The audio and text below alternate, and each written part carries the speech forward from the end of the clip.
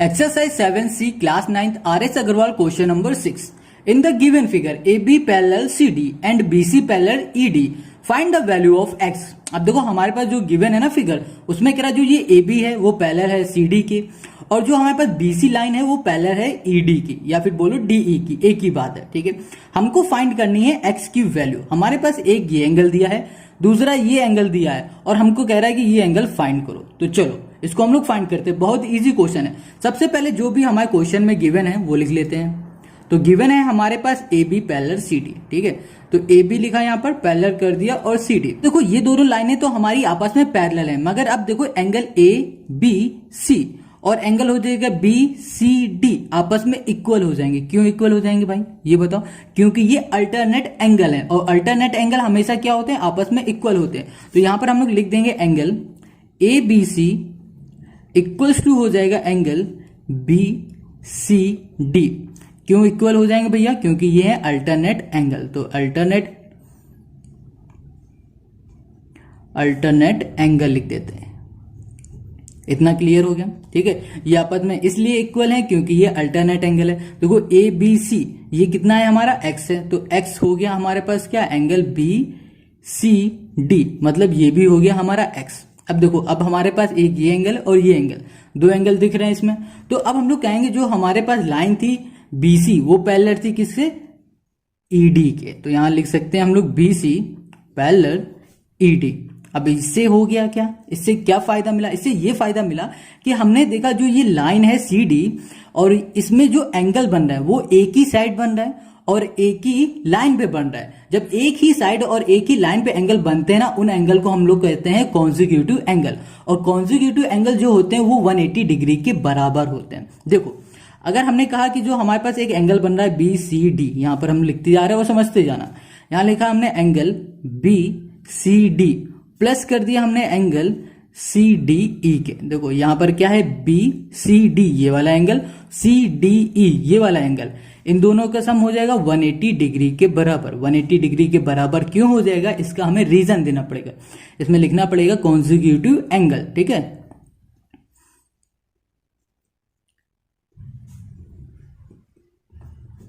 इतनी बात क्लियर हो गया, समझ में आ गया? अब देखो एंगल हमारे पास बी सी डी क्या था? एक्स था, यहां पर एक्स लिखा, plus angle C D E हमारे पास गिवन है कितना? 75 डिग्री। तो यहां पर लिख दिया हमने 75 डिग्री इक्वल टू हो गया 180। अब देखो 75 हमारा यहां पर प्लस का, इक्वल के इस साइड भेज देंगे तो ये माइनस का हो जाएगा। तो यहां पर हो जाएगा 180 माइनस 75, यहां पर क्या बचेगा? एक्स बचेगा। अब इन दोनों को आपस में माइनस कर दो तो क्या आ जाएगा? 105।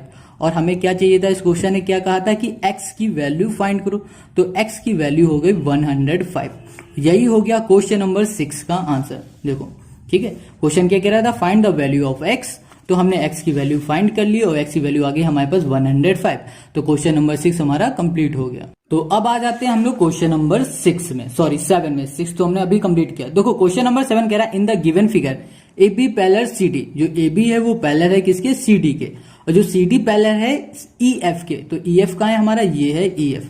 तो ये तीनों आपस में क्या है? पैरेलल है। ठीक है, find the value of x. जो एक्स की वैल्यू ये है, एक्स है ना ये, इसकी वैल्यू हमें क्या करनी है? फाइंड करनी है। ठीक है, हमारे पास ये दो एंगल दिए हैं और कह रहा है कि ये तीन लाइन आपस में पैरेलल है और इस एंगल की जो भी एक्स है इसको हमें करना है फाइंड। ठीक है, तो बहुत इजी क्वेश्चन है। सबसे पहले जो भी गिवन है उसको लिखते हैं। तो गिवन है हमारे पास पैरेलल लाइन। ठीक है, ये है ए बी लिख दिया हमने, पैरेलल है किसके? सी डी के, और सी डी पैरेलल है ई एफ के। इसका मतलब ये तीनों आपस में क्या है? पैरेलल है। अब देखो यहां पर हम लोग बात करते हैं एंगल एफ ई सी की। देखो एंगल है एफ, ये है ई, ये है सी, ये तीन एंगल है। तो यहां पर हम लोग लिख देते हैं एंगल, क्यों लिख रहे हैं अभी ये भी बताते हैं, एफ ई सी। ठीक है, और यहां पर लिख देते हैं, रुको पहले इसको समझ लो। यहां पर एक ये एंगल बन रहा है, ठीक है, और दूसरा ये वाला एंगल बन रहा है। अभी हमने क्वेश्चन नंबर 6 में क्या बताया था?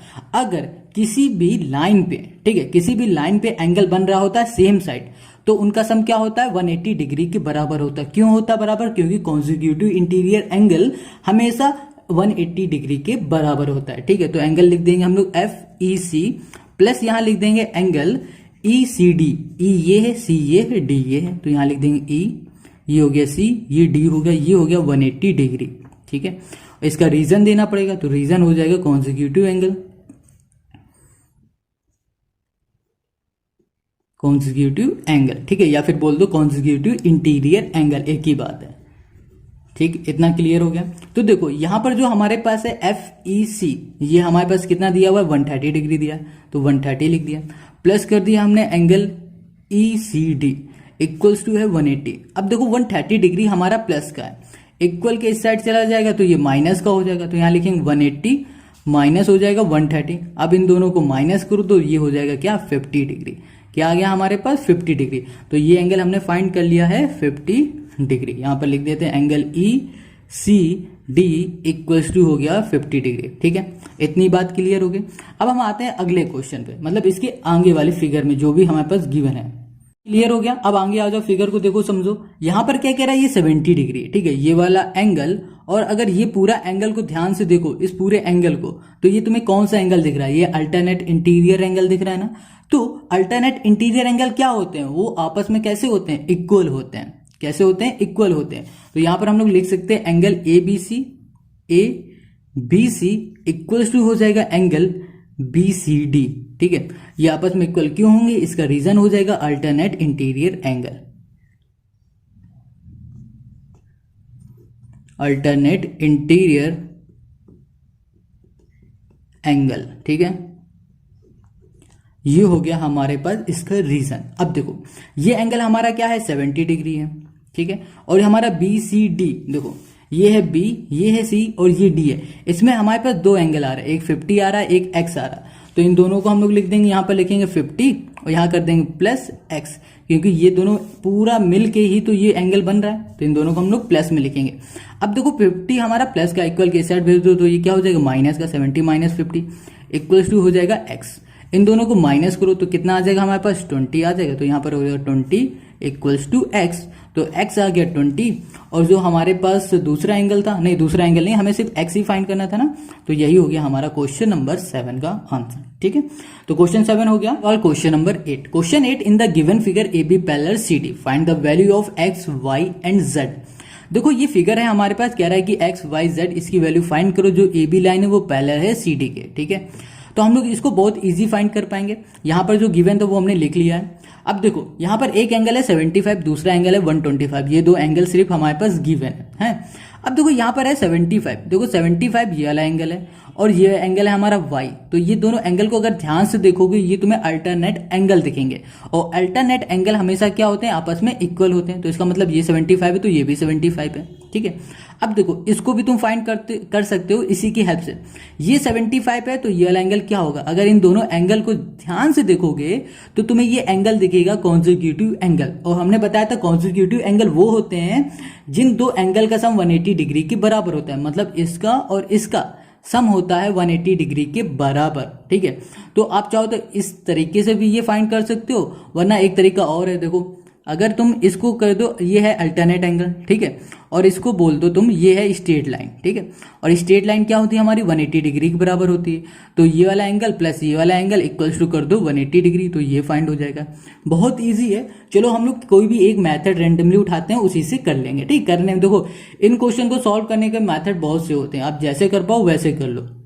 चलो सबसे पहले हम लोग क्या कहते हैं कि जो हमारा एंगल है कौन सा, A, ठीक है, और E और कह देते हैं F। ठीक, वो इक्वल हो जाएगा किस एंगल के, वो हो जाएगा इस एंगल के इक्वल हो जाएगा। ये है एंगल EF और लिख दिया हमने Z। देखो AEF EFG ये आपस में इक्वल है। इसका रीजन भी हमको देना पड़ेगा, इसका रीजन हो जाएगा अल्टरनेट एंगल। ठीक है, अल्टरनेट एंगल हमेशा आपस में क्या होते हैं, इक्वल होते हैं। ठीक, इतनी बात क्लियर हो गई। तो ये हमारा क्या है, 75 डिग्री है, तो ये वाला एंगल भी हो जाएगा हमारा EFG, ये भी हो जाएगा 75 डिग्री। ठीक है, तो ये हो गया 75 डिग्री। अब चाहो तो इसको कॉन्जिक्यूटिव से बना लो, चाहो तो इसको तुम बना लो लीनियर पेयर से, जो हमने बताया था लीनियर पेयर स्ट्रेट लाइन हमारी है ना। तो हम लोग इसको लीनियर पेयर से बनाते हैं। दोनों के स्टेप दो ही स्टेप में निकल आएंगे सोल्यूशन, चाहे इससे बना लो चाहे इससे बना लो, सिर्फ दो ही स्टेप लगेंगे करने में। तो यहां पर हम लोग लिख देते हैं एंगल कौन सा है हमारे पास, ये वाला EFC। यहां लिखा हमने EFC, सॉरी प्लस हो जाएगा, यहां पर इक्वल नहीं होगा प्लस होगा। ई एफ जी, यहां लिखा है angle E F G equals to क्या होगा, इक्वल्स टू होगा 180 डिग्री। क्यों होगा, क्योंकि ये है लीनियर पेयर, ठीक है, लीनियर पेयर। लीनियर पेयर क्या होता है, दो एंगल का सम, अगर स्ट्रेट लाइन में कोई भी है, दो एंगल बन रहे हैं, उनका सम होता है 180 डिग्री के बराबर, उन्हें बोलते हैं हम लोग लीनियर पेयर, ठीक है। अब देखो ई एफ जी हमने अभी क्या निकाला, 75 डिग्री निकाला, यहाँ 75 कर दिया, इक्वल टू 180 कर दिया। अब देखो जो 75 है वो इक्वल के साइड हम लोग भेज देंगे तो क्या हो जाएगा, माइनस का हो जाएगा। तो यहाँ लिखेंगे ई एफ सी, यहाँ पर प्लस किया, ये हो जाएगा 180, ये हो जाएगा माइनस हो जाएगा 75, यहाँ लिख दिया एंगल हमने ई और ये कर दिया एफ और ये हो गया हमारा सी, ठीक है। इन दोनों को माइनस करो तो कितना आ जाएगा हमारे पास, बताओ जल्दी से, 105 आएगा। तो यहाँ पे लिख दिया हमने 105। तो ये वाला एंगल भी हमने कर लिया फाइंड, ये हो गया हमारा 105। दो एंगल फाइंड हो गया, मैं एक्स भी कर लिया, वाई भी कर लिया। अब बचा कौन सा, सिर्फ जेड बचा है, सिर्फ जेड बचा है। अब देखो जैसे कि हमने ये वाला एंगल और ये वाला एंगल आपस में क्या कर दिया था, इक्वल कर दिया था। कैसे इक्वल किया था, क्योंकि ये अल्टरनेट एंगल थे। वैसे ही ये वाला एंगल है ना, और ये पूरा एंगल क्या है, आपस में क्या है, इक्वल है। क्यों है, क्योंकि ये भी अल्टरनेट है।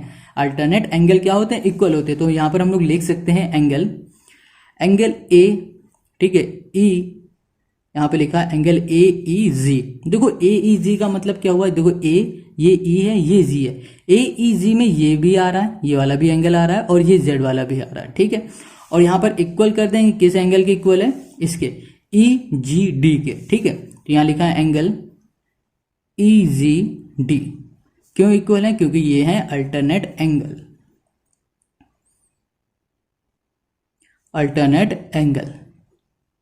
इतनी बात क्लियर हो गया। अब देखो ए ई जी दो एंगल से बनकर बना हुआ है ना, मिलकर बना है। एक है 75 और साथ में क्या है जेड, इन दोनों को जब मिला दे रहे हैं तभी तो ए ई जी बना है, ठीक है। इक्वल्स टू हो जाएगा एंगल ई जी डी। देखो समझो इसको, ये जो एंगल हमने अभी देखा ए ई जी है ना, ये वाला एंगल और ये वाला एंगल, इन दोनों एंगल को जब मिला देंगे तभी तो ये पूरा एक बन रहा है। वही चीज हमने यहाँ पे लिख दी 75 प्लस कर दिया जेड। तो यहाँ पर हो गया 75 प्लस जेड। अब 75 प्लस का यहाँ चला जाएगा तो ये माइनस का हो जाएगा। अब देखो ये वाला जो एंगल था वो हमारा किसका था, 125। तो यहाँ लिख देंगे हम लोग जेड इक्वल्स टू 125, ठीक है, माइनस कर दिया 75। ये था हमारा 125 का, तो यहाँ पर हटा देते हैं इसको, सीधे यहाँ लिख देते 125, ठीक है। अब कंफ्यूज नहीं होगा, इसकी जगह पे लिख दिया 125। इन दोनों को अब हम लोग माइनस करेंगे तो देखो माइनस करने पे क्या आएगा, माइनस करने पे आ जाएगा 50 आएगा, बस हो गया, यही हमारा आंसर। तो z आ गया 50 और हमारे पास क्या था y, ये आ गया हमारे पास y 75 और x आ गया 105। तो ये हो गया हमारा क्वेश्चन नंबर 8 का आंसर, ठीक है। अब चाहो तो यहाँ पर लिख देते हो, लिख सकते हैं हम लोग, यहाँ पर लिख देंगे z लिखा 50 और x हो गया हमारे पास 105 और y हो गया हमारे पास 5 हो गया 75। ये हो गया आंसर, ठीक। अब हम लोग करेंगे क्वेश्चन नंबर 9।